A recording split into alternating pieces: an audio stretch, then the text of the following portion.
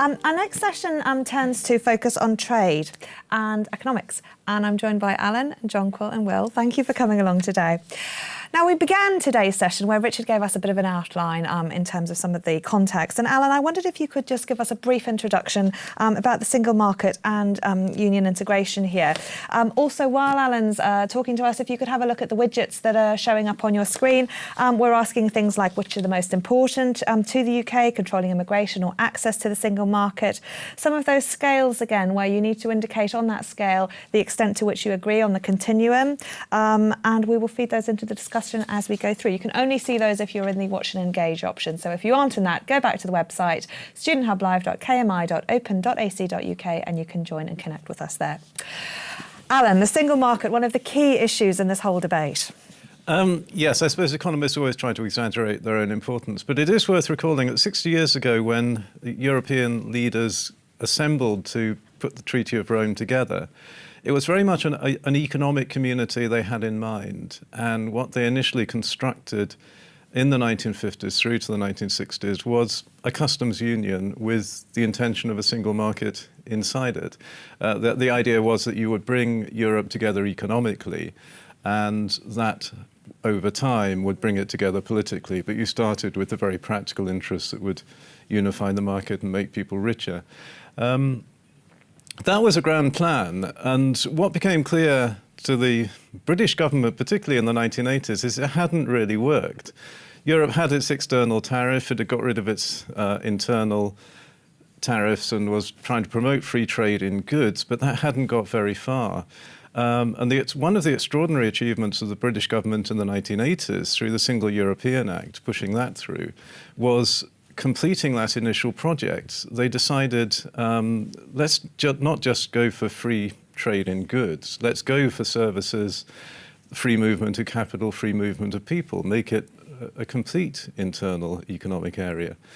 And they also saw that free trade tariff removal hadn't really done much. There were lots of non-tariff barriers. And so the whole 1992 project, which got going with the Single European Act of 1986, was stripping away all those bureaucratic features within Europe which had stopped the single market functioning. And that was a great achievement, which began in 1992, was called the 1992 programme, but really has been ongoing and is just about getting to the point where there is this completely free flow of movement of goods. And we're getting on to services and some of the areas where the UK is particularly good, like financial services. And that whole single market completion process is still going on and really was the great promise that would ultimately build up the European economy in the way that the US economy had built up without all those internal barriers. And so that's been really from the start, the European project, complicated by the attempt to create a single currency, which is another and perhaps less impressive story. But that really was at the root of the European Economic Community and what became the European Union, and obviously expanded in the process from 6 to 28 countries at present. So echoing what we were talking before about power, so really this was about trying to be a major player on a global stage, the European Union. Well, from an international relations perspective then, was this really about the EU trying to establish itself as an actor on that international stage? Well, I think that emerged partly out of the kind of ongoing process that Alan talked about. That's what it ended up becoming a significant player, whether or not that was the original intention of the original EEC. But certainly by the time you get to the 1970s and 80s, the EU is starting to develop quite extensive external relations with different groups of countries. Initially, they were focused on some of the less developed countries in the Caribbean and Africa and the Pacific. But it's had a kind of ever-expanding remit of agreements and strategies and cooperation with other areas as well. And it's also become a significant player in international organisations, particularly the WTO, because of its importance as an economic bloc. But also it's been involved increasingly in common foreign and security policies. It was a significant player in the recent nuclear deal with Iran, and has been a major voice within climate change negotiations for some time. So it has kind of on the back of consolidating itself as an economic bloc, has become a significant diplomatic player as well. We've asked people which was most important, controlling immigration and access to the single market, and we'll feed those results in, because those are the two sort of key issues here. We're very up for the idea of the trade and the tariff-free trade, but then also the movement of people and things is one of the key issues that's on at the moment. Jonquil, from an individual perspective then, what are some of the issues that matter to people? We've been talking a lot about that today in terms of how we can see things both on a very global scale, but then, you know, ultimately we are thinking, what does this all mean for us? Well, it's fairly well accepted that a lot of people voted in the referendum really on the immigration issue, that they wanted to see caps on immigration. And in fact, the government earlier this year put out a white paper on Brexit and has 12 principles, one of which is to control immigration from the EU. The other is to retain access to the single market. But these actually look to be totally incompatible aims. So in order to maintain access to the single market, it's necessary to accept some of the rules of the European Union project, and one of those is the free movement of people. So we see, for example, Norway is a member of the slightly wider European Economic Area, has access to the single market, has to still pay into the European budget, has to accept free movement of people. Switzerland has a more complex deal, but essentially has had to accept those same requirements. And in fact, the Swiss population had a referendum in 2014, and they also wanted to put a cap on European migration. And were all set to bring something in. But they've had to back down because the European Union is completely intransigent on this and says if you want to have the continued access to the single market, you must accept free movement of people. So it's very difficult to see how Britain is going to achieve these two aims, which really are incompatible. Absolutely. We asked people what they thought was most important. Let's see what you had to say. So 17% are saying controlling immigration, whereas the vast majority is saying access to the single market is really, you know, what's most important to the UK. I think we'd all agree with that. But then there's this whole issue of regulation. You've mentioned, you know, people having access to, there are different sorts of rates of being able to comply with the single market. Alan? Yes, I think it's often misunderstood. People assume that if you're going to create a single market, you need to get rid of regulation. And that certainly was a major part of the single market project. Nations had found ways of blocking the movement of goods and services around, even if formally there were no tariffs and no restrictions. There was a lot of intentional bureaucracy designed to protect local producers. The EU very successfully stripped that away, but it had to introduce new layers of regulation as part of the market unification process. You need to set rules, you need to have standards, and to a lot of people who initially supported the single market project, that was a bit of a disappointment. They suddenly found there are still a lot of rules that they have to comply by. There are still things that they can't do nationally which are idiosyncratic, because they then can't deal with the other members who are sticking to this different uniform rule. And so it's to a lot of people who regard themselves as free marketeers, the single market became another source of bureaucracy and another source of deep frustration. And one of the things that they have sought in exiting the EU, without necessarily being concerned to stay in the single market, is that they feel this will actually give producers freedom that they've been lacking in the past 30 years as the 1992 process unfolds. I fear that is a bit of a misconception, because what we've seen in North America as well as Europe is governments try to expand the market, especially through privatization. They end up regulating as well. Very often, privatization leads to new regulation. You simply can't have a market operating over a large scale with a level playing field without a lot of rules. And you can't develop new industries without having technical standards for those industries. So bureaucracy does seem to be inevitable and not necessarily incompatible with the free market which most people are seeking. But equally, it's not just confined to the European Union. I mean, there are other areas internationally where, you know, we've seen echoes in terms of trade and migration. I think one of the issues, you've got to remember that regulation actually protects consumers. It also protects workers. I mean, I was thinking as you were talking, Alan, about the now failed TTIP negotiations between the European Union and the US. And one of the things that was quite worrying about that proposed agreement was increased power for businesses. So the US were pushing for businesses, for example, to be able to bring GM products more widely into Europe. Whereas the European Union actually has got quite a lot of restrictions against the use of GM. So if you move away from the European Union, I think you might actually see some winding back of regulation, but it's not necessarily good for everyone. It might be good for business, might be very bad for consumers, might also be bad for workers. Certainly. Yes, and the issue of labour market regulation, I suppose Britain has always had a slightly different labour market tradition, and there are people who look across at Europe and say it has this sort of social democracy, it has this tendency to want to regulate the labour market more. In Britain, we tended to have strong trade unions, strong employers, they bargained with each other, government kept out of that. And that may have been the case once, but I think inevitably Britain, having been in the EU for 44 years, has really adapted towards the continental model. And we did go for similar forms of labour market regulation, ultimately welcomed by the trade union movement because it had lost power and traditional free collective bargaining wasn't working. So I think the gap, ironically, is a lot smaller than it used to be.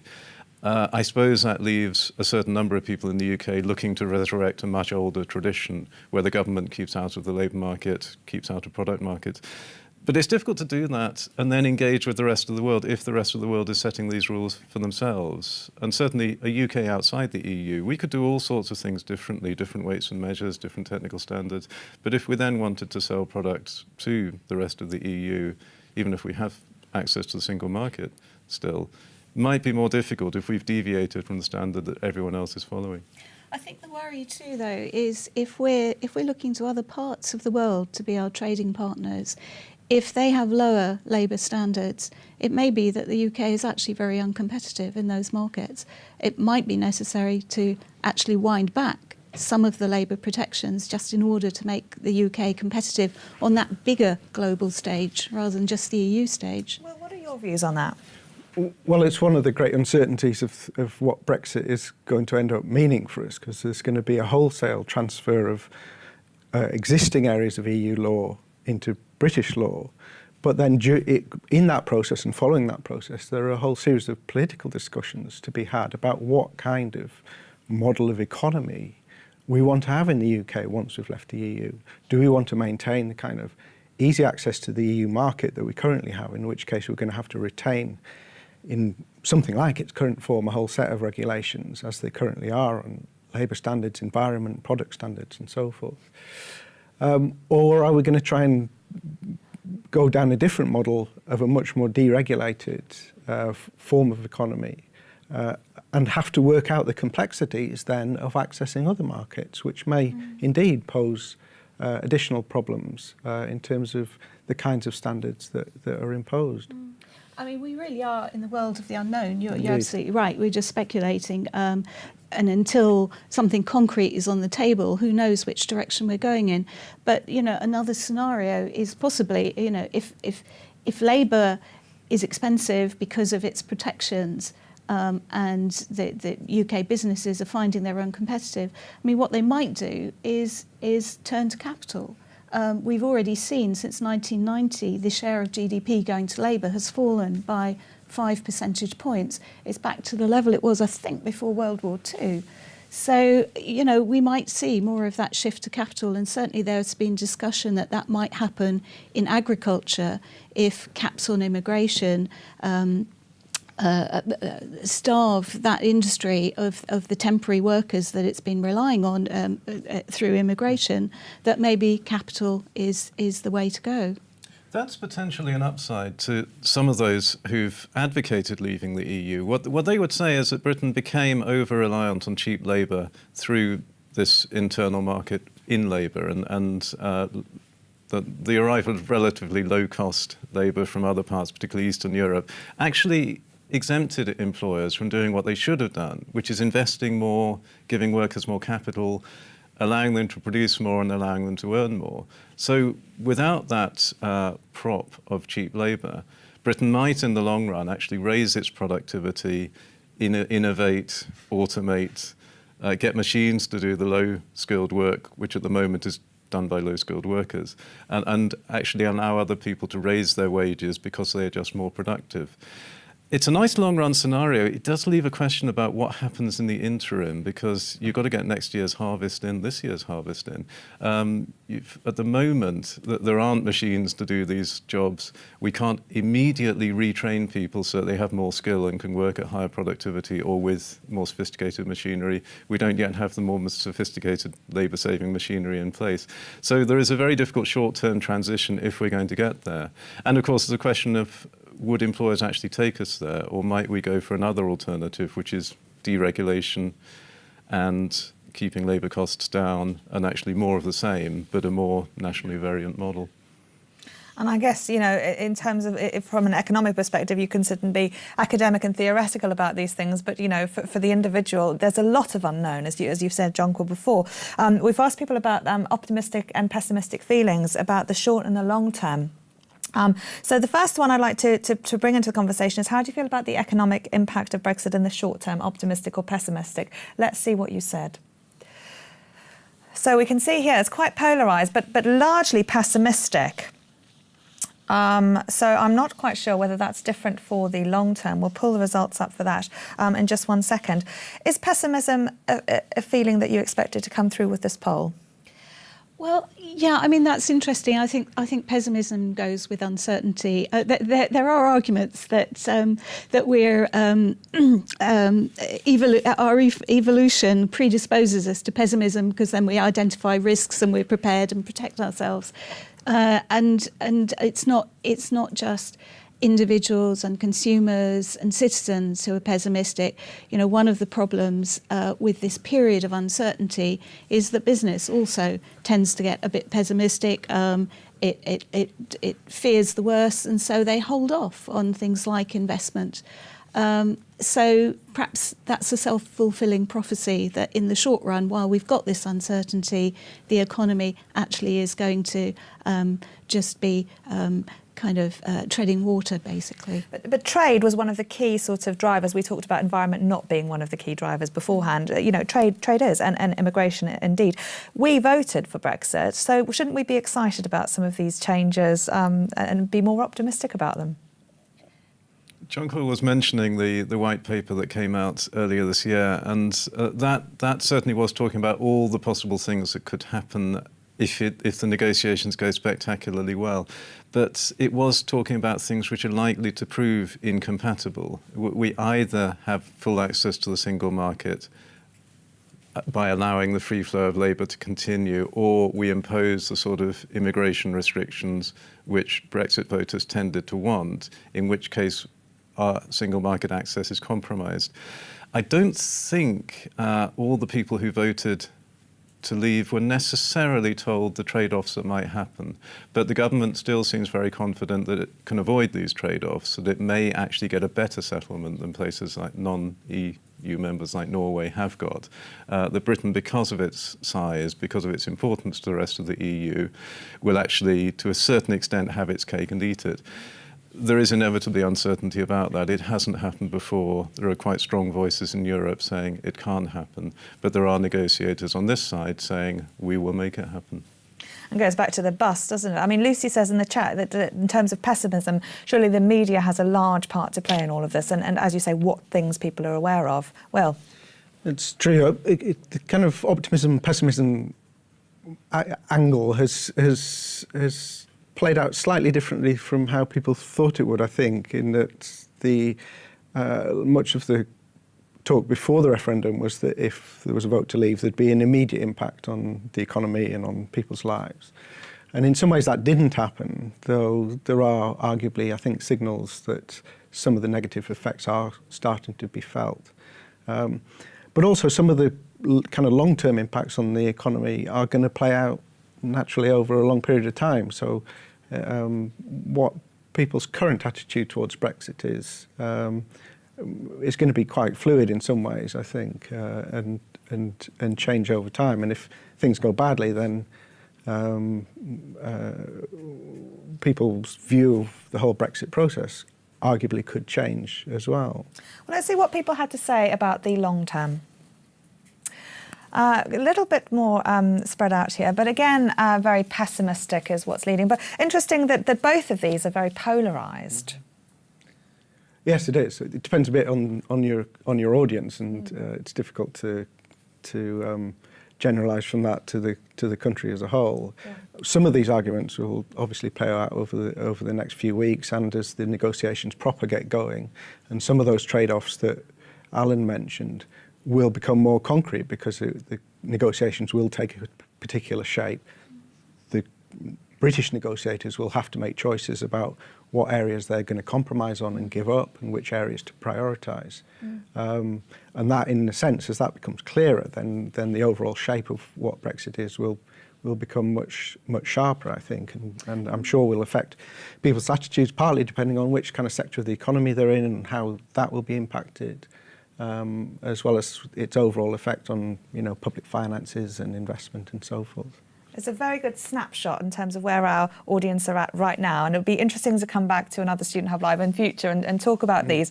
One of the things that economists have done is very much predict things, and one of the things that we were focusing on a while ago when we were talking about the referendum was the possible negative impact of the leave on the UK. There were some predictions there about recessions, etc. following that, some of which have not necessarily turned out to be that true, which begs the question about how much we can really predict these things and the role of experts in a lot of this, and also the knowledge that people have. So is there anything, Jonquil or Alan, you'd like to say about those sorts of predictive capabilities, or not, as the case may be? Do you want to go first? We only have 5 minutes. I suppose, without advocating for the necessary accuracy of economic forecasts, I would like to defend some of those who made pessimistic economic forecasts just before and just after the Brexit decision. Because one has to say, yes, there wasn't an immediate slowdown, as some had forecast, but that's because, in the expectation of an immediate slowdown, certain actions had been taken. Particularly, the Bank of England made another reduction of interest rates to an even more historically low level, just to try and prop up consumer spending and investment spending to make sure that the economy kept growing. So to a certain extent, they made a negative forecast, and they deliberately tried to frustrate that by pulling the policy levers available to keep things going. And the other thing that has to be said is that a lot of those forecasts were of what would happen when Britain left. And of course, Britain won't actually formally leave the European Union for at least 2 years, possibly much longer, if we have to go for an interim agreement because of negotiation delays. So we're talking about negative impacts that are some time down the road.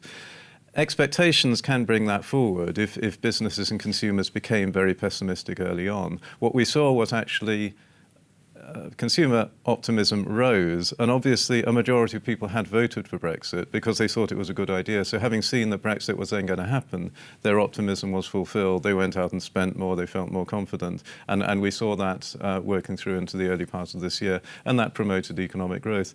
We have actually seen quite a slowdown in the last quarter, I think, and we have to look quite carefully for signs that, in fact, that optimism is fading.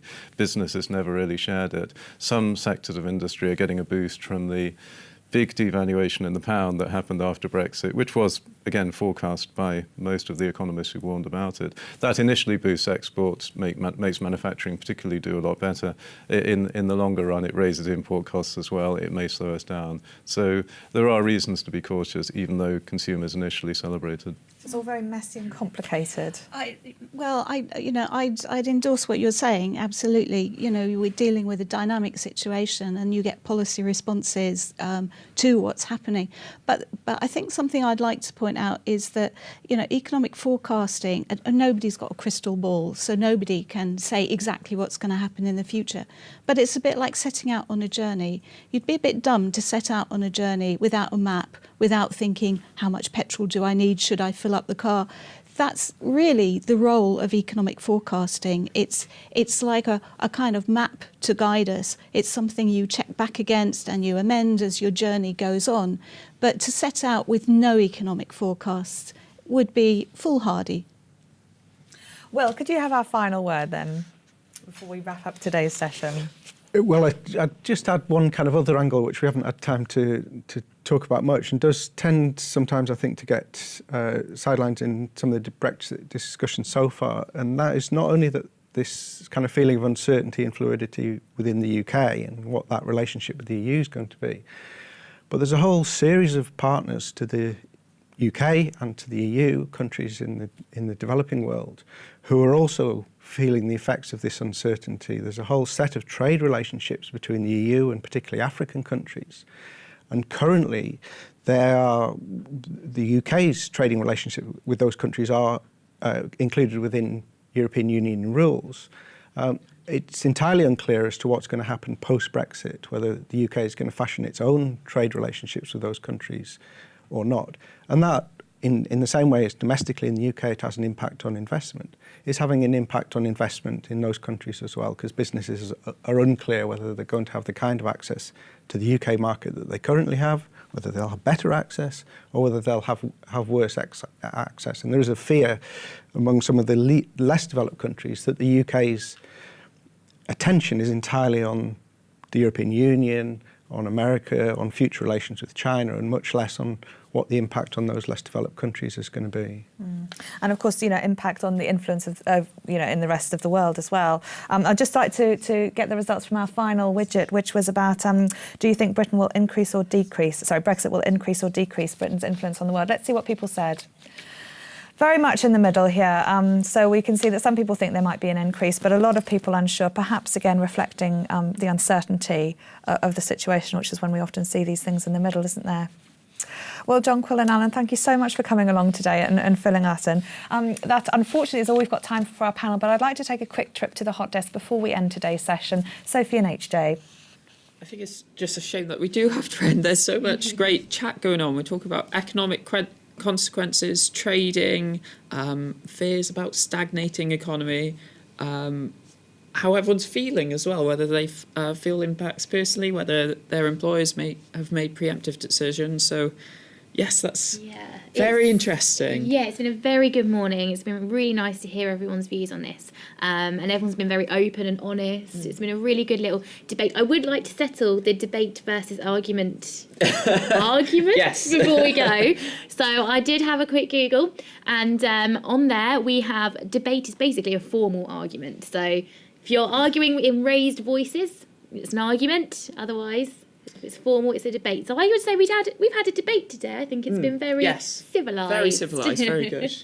And a wonderful way to fill up some time, like Gemma has been doing before she starts on her end of module assessment.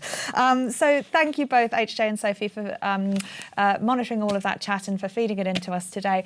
That is the end of our live session today, but we are going to have a pre-recorded session that we did last week, which is about Brexit and identity. So that's a very interesting one, and the chat will remain open. We'll continue talking with you throughout that. If you've missed some of today's session, it will be available on the catch-up very soon. And I know that some of our academics have been engaging in debate there. So whilst you've had your debate, as Sophie likes to call it, it's great to see your experiences and how Brexit has touched you and impacted on you, as well as again some of those ideas that you've come through thinking about a little bit more globally, etc. I hope you've enjoyed today's session. I'd like to thank all of my guests who contributed to it today, and also there are a couple of widgets there about whether or not you've enjoyed the show and whether you'd come again. So I'd like to thank Richard Heffernan, Alan Cochrane, Volker Patton, George Callaghan, Richard Marsden, Janice Holmes, Philippa Sullivan, Peter Wood, Paul-Francois Tremlett, Alan Shipman, Will Brown and Jonquil Lowe for joining me today. It's been a really, really great session. Now, if you've enjoyed today and if you're thinking about to what extent academics should be able to educate people, you might want to come to our Open Justice event, which is on a little bit later today. We'll be talking about pro bono law and things like how to take your genes back and whether you can get a refund on your flights, as well as the university's responsibility to look at public legal education, etc. So check out the programme on the website. Anyone's welcome, and you can join us on that later. later today. But we have another event which students from the Faculty of Arts and Social Sciences should be very interested on the 16th of May.